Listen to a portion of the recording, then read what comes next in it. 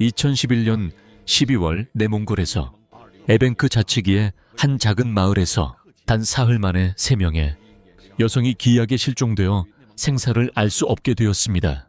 순식간에 온갖 소문이 걷잡을 수 없이 퍼져 경찰을 매우 혼란스럽게 만들었습니다. 하지만 당시 자오보민 공안국장의 마음을 무겁게 짓누르고 있던 것은 단서가 없어 수사가 교착 상태에 빠졌다는 것만이 아니었습니다.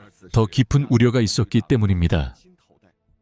그가 보기에 서로 전혀 모르는 이 세 사람이 연달아 실종되었는데도 아무런 관련 단서가 없다는 것은 오히려 중요한 신호였습니다. 그녀들이 이미 억울하게 목숨을 잃었다는 것을 보여주는, 예를 들자면 그들이 어떤 다단계 조직에 연루되었는지, 무언가를 믿고 있었는지, 아니면은 세 사람이 친척 관계는 아닌지 같은 것들 말입니다. 그들의 관련성이 얼마나 큰지를 보는 거죠. 만약 이 세 사람이 모두 여성이고 아무런 연관성도 없다면 그렇다면 이 사건은 아마도 이건 형사사건일 가능성이 더 커지는 겁니다. 자오보민 국장의 추측에 따르면 아무 관련 없는 세 여성이 연달아 실종된 것은 단 하나의 가능성밖에 없었습니다. 그녀들이 혼자 외출했을 때 동일한 용의자 무리를 만나 살해당했다는 것입니다. 설령 우연히 살아남았다 하더라도 그 후 며칠 동안 계속 소식이 끊겼다면 당시의 날씨 조건, 영하 40도가 넘는 상황에서 피해 여성은 절대 생존할 수 없었을 겁니다. 집을 나선 뒤로 아무런 소식이 없었습니다. 그래서 저희는 이런 요소들을 종합해서 다음과 같은 판단을 내렸습니다. 실종자는 아마 살해당했을 것이라고요. 하지만 자오 국장이 현지의 특수한 기후 조건에 근거하여 아무 관련 없는 3명의 실종 여성이 이미 사망했을 것이라고 추측한 것에 대해 여전히 수사 경찰들을 매우 혼란스럽게 만들었습니다. 왜냐하면 그 지역의 극한 기후 때문이었습니다. 특히 혹독한 추위 때문에 불과 나흘이라는 짧은 시간 안에 연달아 3구의 여성 시신을 처리해야 했으니까요. 이렇게 믿기 힘든 범행 수법을 어떻게 실행할 수 있었을까요? 만약 그가 시신을 매장하는 방법을 선택하려 했다면 그것도 꽤 어려웠을 겁니다. 영하 약 40도의 기온에서는 땅이 완전히 얼어붙었으니까요. 사람의 힘으로 삽이나 곡괭이를 써서는 근본적으로 아무것도 할 수 없었습니다. 경찰들이 당황하는 가운데 자오보민은 이미 짐작하고 있었습니다. 그에 따르면 바로 이 특수한 지리적 조건 때문에 이 지역에서 시신을 유기할 수 있는 곳은 단 2곳뿐이었습니다. 강물 아래에 묻거나 얼음 구멍에 던져 넣는 거죠. 아니면 버려진 집 아닐 수도 있고요. 한 경찰팀이 즉시 다엔진 외곽에 있는 유일한 강인 다엔강으로 가서 남아있을지 모를 흔적을 샅샅이 뒤졌습니다. 자오보민의 추측에 따르면 아마도 실종된 3명의 여성이 살해된 후 강바닥에 수장되었을 가능성이 있었습니다. 그때 저희도 이런 생각을 했습니다. 얼음 구멍을 파고 구멍을 뚫어서 사람을 밀어넣은 게 아닐까 하고요. 그러면 강은 금방 다시 얼어붙을 테니까요. 며칠간 폭설이 내린 후 다엔강의 두꺼운 얼음 위는 눈으로 뒤덮여 있었습니다. 경찰은 만약 용의자가 이 시기에 다엔강에 시신을 유기하려 했다면 분명 얼음 위에 흔적을 남겼을 것이라고 생각했습니다. 하지만 여러 차례 조사에도 불구하고 경찰은 얼음 아래에 시신이 숨겨져 있다는 단서를 전혀 발견하지 못했습니다. 시신을 숨기려면 얼음을 깨고 강에 가라앉혀야 합니다. 얼음 위에는 아마 보면 바로 알 수 있습니다. 몇 가지 흔적이 있었기 때문입니다. 이것과는 달리 전체적으로 자연 동결의 특징을 가지고 있었습니다. 얼음 아래 시신이 숨겨져 있을 거라는 추측은 경찰에 의해 바로 배제되었습니다. 그리고 현지 조건상 극심한 추위 속에서 시신을 숨길 수 있는 장소는 단 한 곳 다엔집만 남게 되었습니다. 지질 조건이 매우 특수한 교회에 버려진 마을이었죠. 마을. 일부 집들은 이미 무너진 집들도 있었습니다. 일부 집들은 금이가 있었고요. 매우 위험해서 사람이 살 수 없었습니다.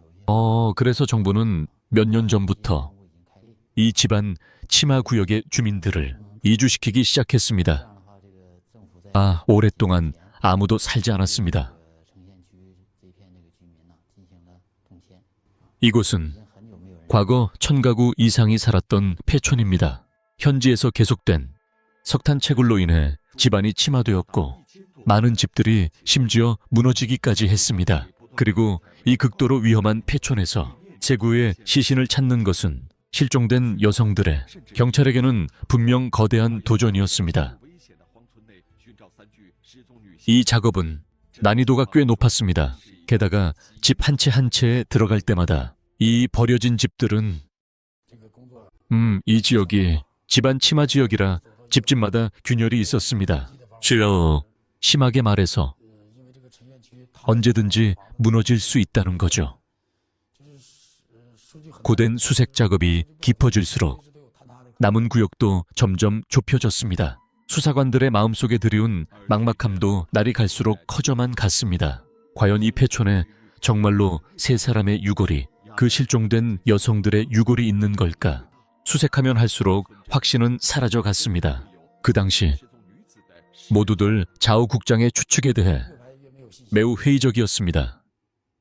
그들은 이 세 여성이 정말로 사망했는지, 두 번째는 설령 사망했다 하더라도 이 폐허 속에 있을 가능성이 있는지를 의심했습니다. 경찰들이 의구심에 가득 차 있던 바로 그때 자오바이민 국장이 기이한 장비를 갖춘 여러 경찰관을 이끌고 폐촌 현장에 나타났습니다. 그들은 산소통을 메고 쇠 곡괭이와 삽을 든 채 이 지역에서 단서를 찾으려 애썼습니다. 자오바이민은 세구의 시신이, 그 여성들의 시신이 폐촌의 민가에 아무렇게나 버려지지는 않았을 것이라고 추측했습니다. 그건 너무 노골적이고 다른 사람에게 발각되기도 너무 쉽기 때문이죠. 범인이 그 정도로 어리석지는 않을 겁니다. 수색 작업이 시작될 때부터 자오바이민은 경찰에게 버려진 민가의 지하실 수를 통계내도록 지시했습니다. 그의 관점에서는 실종된 여성들의 시신이 지하실 깊은 곳에 묻혀 있을 가능성이 매우 컸습니다. 2011년 말 내몽골 어원커기의 한 작은 마을에서 단 나흘 만에 3명의 여성이 기이하게 실종되었습니다. 경찰은 세 여성이 살해되었고 시신은 어느 지하실 아래에 묻혔을 것이라고 추측했습니다. 이 버려진 민가의 채소 저장고, 바로 이곳을 당시 저희는 핵심 수색 지점으로 정했습니다.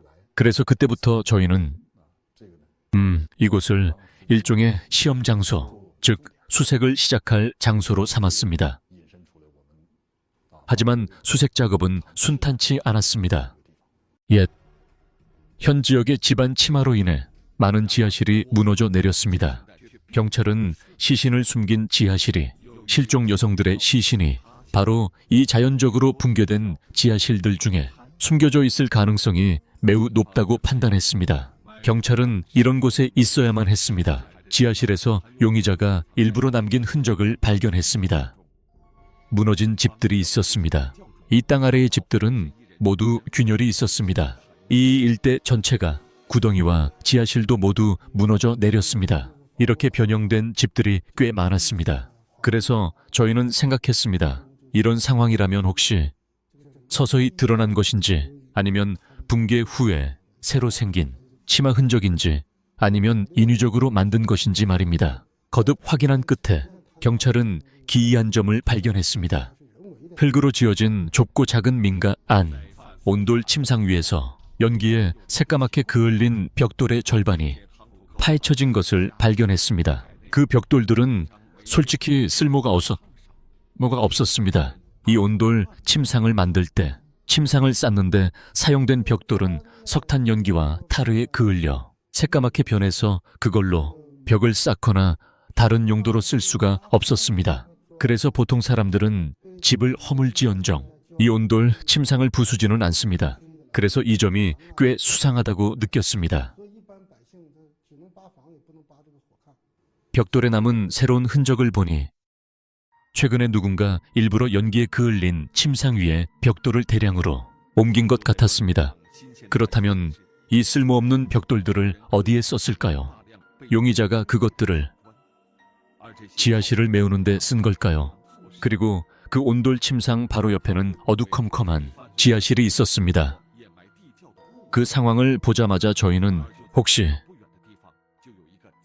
이 지하실 안에 시신이 묻혀 있을 가능성을 생각했습니다. 그때 다른 지하실들은 저희가 대략적으로 살펴봤지만 여기만큼 수상한 곳은 없었습니다. 그래서 저희는 이 지하실에 우선적으로 집중하여 발굴 작업을 진행하고 감식하기로 했습니다. 과학수사대 경찰들은 즉시 지하실 깊은 곳으로 내려가기 시작했습니다. 그들은 현장 감식을 통해 사건의 실마리를 찾기를 바랐습니다. 하지만 이런 곳 깊숙이 들어가려면 수년간 방치된 집안 침하 구역의 지하실들은 상황이 매우 위험했습니다. 경찰들은 산소통을 메고 수색을 해야만 했습니다. 지하실은 꽤 깊었습니다. 저희는 나중에야 이 점을 고려하게 되었는데 이곳 주민들이 채소를 보관하는 데 사용했던 곳이었습니다.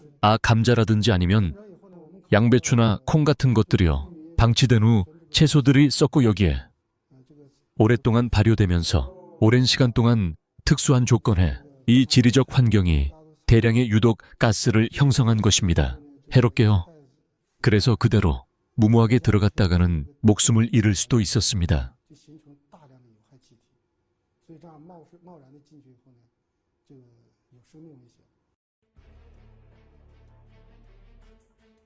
단계별로 확인한 끝에 지하실 가장 깊은 곳에서 경찰은 부서진 벽돌 조각에 덮여 있는 유골을 발견했습니다. 저희가 내려간 후에는 감식과 발굴을 동시에 진행했습니다. 한층 한층 이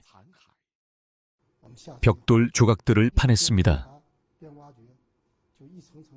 잔해를 치우는 작업은 매우 더디게 진행되었습니다. 수사관들의 움직임 또한 극도로 신중했습니다. 아마 이 잔해 아래에 실종된 여성들의 유골이 있을지도 모릅니다. 모든 추측은 이 돌들이 모두 치워져야만 명확해질 것이었습니다. 조금씩 치워나갔습니다. 첫째는 이 지하실이 무너지는 것을 방지하여 위험을 막기 위해서였고, 둘째는 실제로 매장된 장소를 훼손할까 두려워서였습니다. 그래서 저희는 매우 조심스럽게 정리했습니다. 그리고 아주 부드럽게요.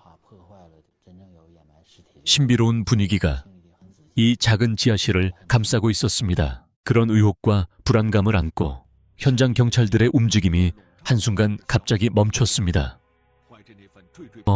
그때 발굴 작업을 하던 수사관이 아래에 무언가 있다고 말했습니다. 그 말을 듣는 순간 저희는 모두 심장이 덜컥 내려앉았습니다. 엄청나게 긴장되기도 했고요. 안에 과연 무언가 있을지 없을지 걱정도 됐습니다. 곧이어 약 반 미터 깊이의 구덩이 안에서 경찰들이 거대한 마대자루 하나를 꺼냈습니다. 그렇다면 이 지하실에 있던 마대자루는 과연 어떤 충격적인 비밀을 드러낼까요? 길이가 약 90cm, 폭이 70cm가 넘는 자루였습니다. 당시 자루 안에 분명 무언가 들어있다고 생각했지만 그게 무엇인지는 알 수 없었습니다. 완전히 꽁꽁 얼어붙어 있었습니다. 이봐, 손전등으로 거기 좀 비춰봐. 꽁꽁 얼었어. 아주 단단해. 거대한 마대자루는 금세 위로 옮겨졌습니다. 그리고 바로 그 순간 긴장된 분위기가 현장에 있던 모든 경찰관을 다시 한번 감쌌습니다. 바로 이 흙집 옆집에서 수사관들이 또 다른 마대자루를 발견했는데 같은 종류의 것이었습니다. 그리고 이 지하실에서 발견된 기이한 마대 자루들은 과연 실종된 여성들의 시신을 담은 자루였을까요? 그 보고를 받았을 때 말이죠. 제 첫 반응은 잠깐 건드리지 마라였습니다. 건드리지 말라고 했죠. 왜냐하면 그 민가는 몇 년 동안 버려져 있었거든요. 누가 아무 이유 없이 거기에 자루를 갖다 놓겠습니까? 그 안에는 또 뭐가 들어있겠어요? 당시 제 직감으로는 그게 실종자일 수도 있겠다고 생각했습니다. 부검. 법의관의 1차 소견은 조백명 국장의 추측이 맞다는 것을 금방 증명해 주었습니다. 자루 안에 들어있던 것은 바로 두 여성의 시신이었는데 현지에서 실종된 마수매와 석소려였습니다. 그때 심정은 굉장히 복잡했습니다. 첫째는 아주 충격적이었고, 둘째는 또 마음이 너무 아팠습니다. 대체 어떤 사람이기에 피해자를 살해하고 그런 다음에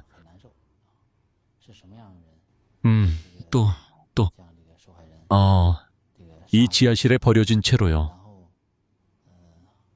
비록 어느 정도 예상은 했지만 용의자의 범행 수법은 경찰을 경악하게 만들었습니다.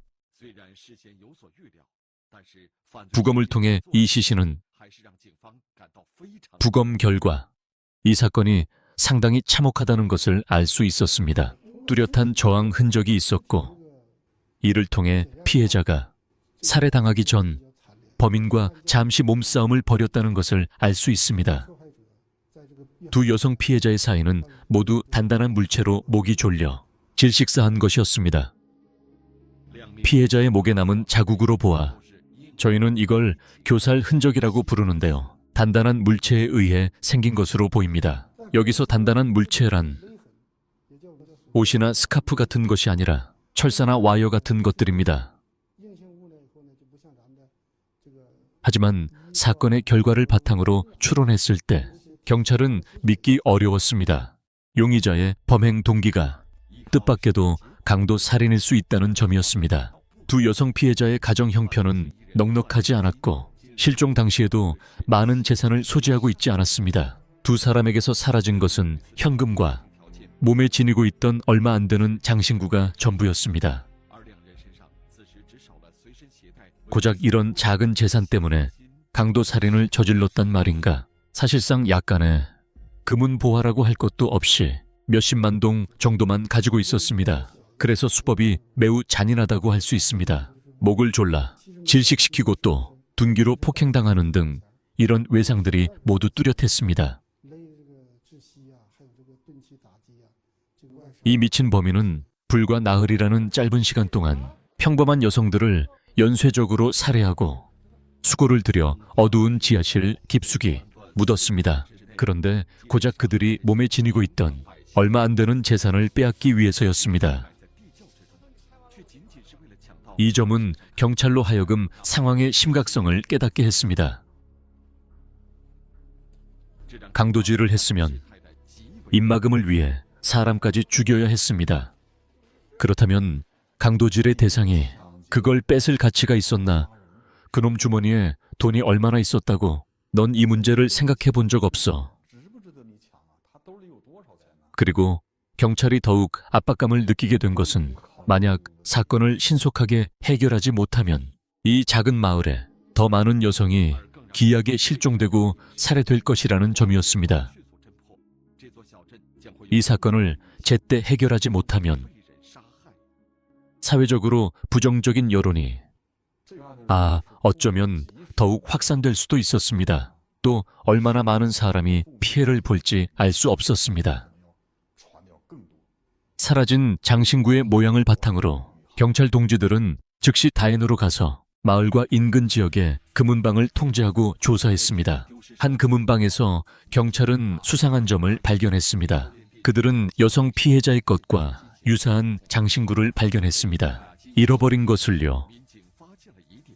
야커스에 있는 한 금은 제가공 및 매입점에서 발견되었습니다. 피해자의 그녀가 착용했던 물건 비슷한 장신구가요. 나중에 확인해보니 수량과 그리고 이 특징까지 그 물건이 확실했습니다. 사건의 피해자가 착용했던 것이었습니다.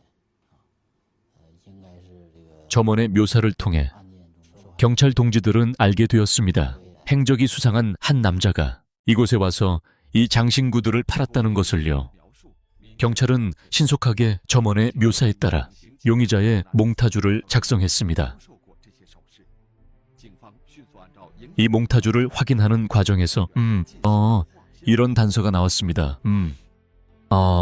둥성 파출소 관할 구역에 왕모 씨라는 사람이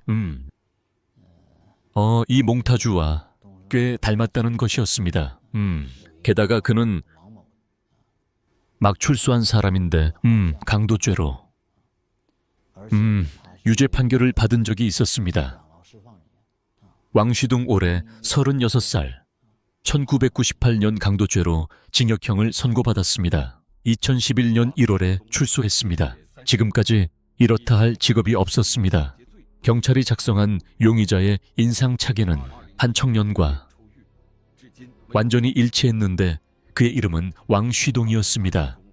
경찰은 조사를 통해 왕쉬동이 사건 발생 기간 동안 현지에 머물렀으며 범행을 저지를 충분한 시간이 있었다는 것을 확인했습니다. 그가 이 연쇄 살인 사건의 범인일 가능성이 매우 높았습니다.